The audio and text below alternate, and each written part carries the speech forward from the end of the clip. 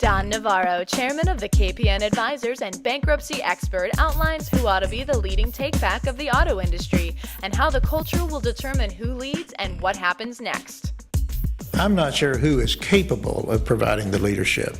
And that may in itself be the problem, because the leadership in play, without an ounce of criticism, the leaderships that are in play of the respective organizations in some ways are victim of the old culture that had existed in the automotive industry, and that is it was bow to the OEMs, the General Motors and the Fords and the Chryslers and the others were going to take care of their dealers, and that culture has gone away. So there is a culture that exists today where I've experienced already, whether it's at the dealer level, the association level, industry levels, trade, it's the same.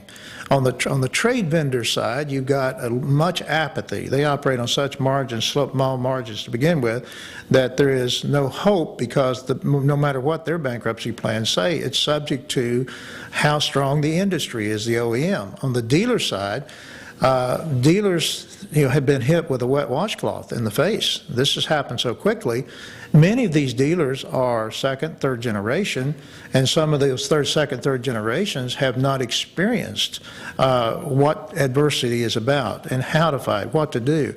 The default is pick up a phone and call your lawyer. I would say that's one of many steps that you have to do.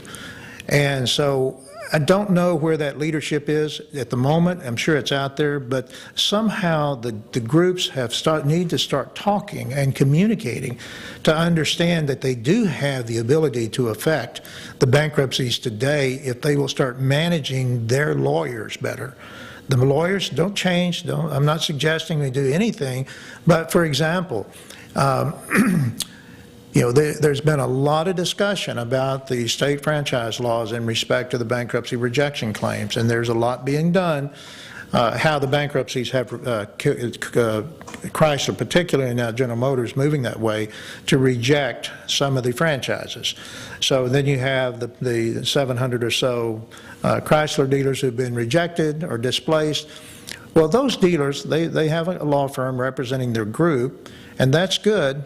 But also remember, there's a business component of this, okay? So, for example, what is the bankruptcy lawyer doing? What is their instruction? Who is giving them a charge for the participation in the Chrysler dealership, Chrysler bankruptcy? An example would be, is someone really negotiating in that plan, whether it's old Chrysler, new Chrysler, some set aside or some claims process, so that these claims that deal with the dealers and their state rights, when liquidated, there is a process to come back and enforce those in one of the old bankruptcy or the new bankruptcies that are characterizing them in Chrysler.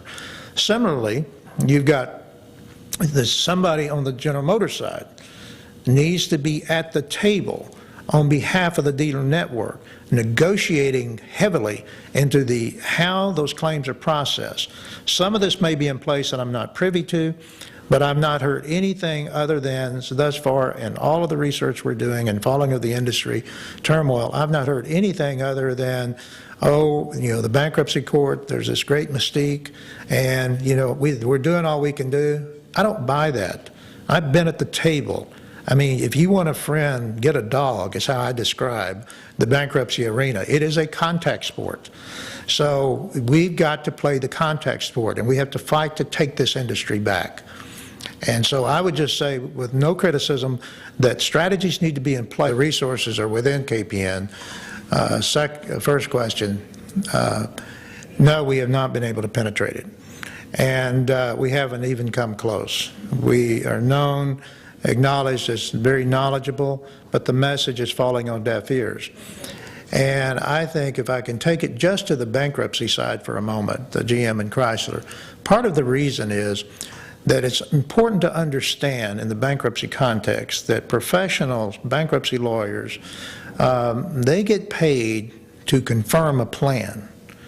Creditors get paid if a plan works. So the emphasis by the bankruptcy professionals is to hurry, try to put a plan together and then drive an outcome, and that's browbeat, negotiate, try to do things that move a process along. I'll give you maybe a more specific example without mentioning a name. Was asked to give an opinion on an automotive supply company, related company last week. And in talking with some of the involved principals, they made a comment that the creditors were not going to receive anything because the debt and the bonds were trading at 2 cents or some low number. My response was irrelevant.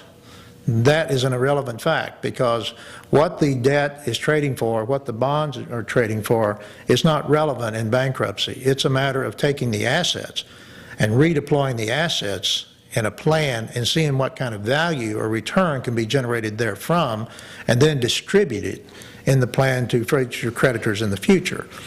So it's that kind of those kind of thoughts and experience that I think that business people need to have on their team. So we have not been able to penetrate yet. We have started the efforts in earnest in February 1st. So we're going to fight though, and we're continuing to do things just as we're doing today to put the knowledge base out, because any business person knows that timing is everything. People, timing, and context.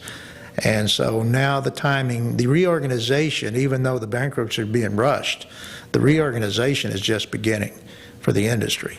And we have to become stronger as a voice to influence this industry.